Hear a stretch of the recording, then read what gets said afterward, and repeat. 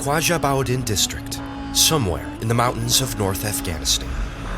August 15th, 2001, 3 weeks before 9/11. Salam alaikum. Brother, these men are journalists from Belgium and want to interview Massoud for their story. Lion of Panjshir, Ahmad Shah Massoud, was the only Tajik in a mostly Pashtun country, and whose territory the Taliban could never capture. These men waited patiently for 3 weeks, during which time they also interviewed other Afghan leaders.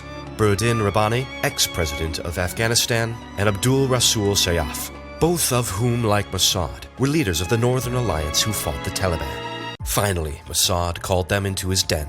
One of the interviewers adjusted the microphone on him, while the other one set up a camera. Everything looked normal. But unknown to anyone else, inside the camera was an explosive.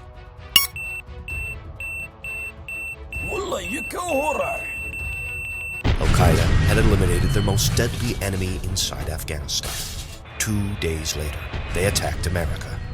In a war that has since lasted 18 years, America has lost more than 2,400 soldiers and spent over $2 trillion. Now Donald Trump wants to fulfill one of his campaign promises before election. Afghanistan is a complete waste. It's time for our men to come home.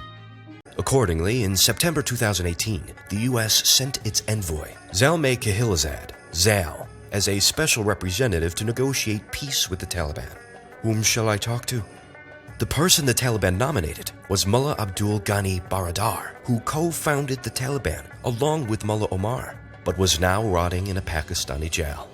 He had in 2009 tried making peace with Hamid Karzai's elected government, but not wanting to lose influence in the region. Pakistan intelligence agency ISI scuttled the initiative by luring and arresting him inside a Karachi madrasa. Despite several requests by the Afghan government, he was not released with other Taliban leaders in November 2012. Now, with US pushing the deal, Pakistan released him in October 2018, just a month after Zal landed in Afghanistan. But Zal, a former US ambassador to Afghanistan and a perennial US favorite since the George W. Bush administration, is not trusted by his own countrymen or even by his own Pashtun tribe. During the Bonn Agreement of 2001, all Afghan's tribes supported King Zahir Shah, ousted in a 1979 coup, to be its new president. But with the US giving Zal a free hand, he chose Hamid Karzai instead of the former king, whom he considered a rival. The current national security advisor to President Ashraf Ghani believes, Ambassador Khalilzad has ambitions in Afghanistan.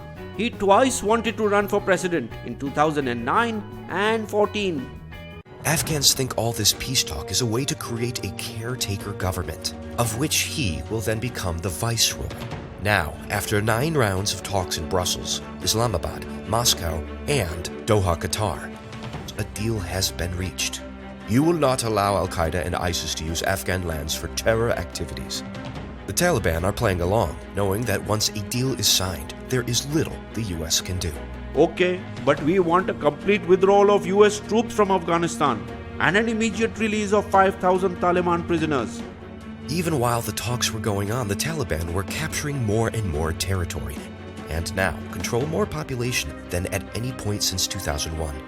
According to the Special Inspector General for Afghan Reconstruction, Sagar, the Taliban control or contest 170 of the 407 districts, while the rest, 219, are still under the Afghan government, who are being kept out of the peace process because the Taliban refuses to talk with US stooges. However, the strategy is reversed in the Korean Peninsula. Even though Trump has met Kim Jong-un twice, we will only hold formal talks if South Korea is a part of the process. So hopeful was Trump of an Afghan deal that he planned to host the Taliban and sign the agreement at Camp David 3 days before the anniversary of 9/11. But the talks got derailed just 4 days before that fate-filled date. Despite an agreed ceasefire, an IED blast in Kabul killed an American soldier and 11 civilians. They thought that they had to kill people to put themselves in a better negotiation position. The peace talks are dead. But Taliban spokesperson Suhail Shaheen knew that reality was something else. The US has more to lose with the end of talks. And he couldn't have been more right. Trump visited Afghanistan before Thanksgiving. Afghan peace talks are back on track. Trump's desperation to close the deal should not lead to a situation where a full U.S. pullout would leave a vacuum to again be filled by armed militants threatening the West. Testifying to the Senate Armed Services Committee, the new head of the U.S. Central Command, Afghanistan's security forces are still weak. If we left suddenly, they would not be able to defend their country. The biggest winner in a U.S. pullout would be Pakistan, and India would stand to lose the most. If the U.S. leaves, Afghanistan would likely again fall into Taliban hands, which is controlled by Pakistani's ISI. They would get a hold of all the infrastructure and airstrips constructed by the U.S. troops at a cost of over $100 billion, including Bagram and Shindand air bases, Kandahar International Airport, Camp Dwyer and Camp Leatherneck, Marine Corps airfields, hospitals, and schools. Not only that, with Afghanistan being the largest producer of opium in the world, Pakistan would get a cut of the $1.5 billion the Taliban make through opium trade, enough to finance their war against India without the need of any funds from the U.S. While the world may worry about a repeat of human rights violations by the Taliban, Trump sees this as a strategically useless war, a withdrawal from which would allow him to fulfill his election promise.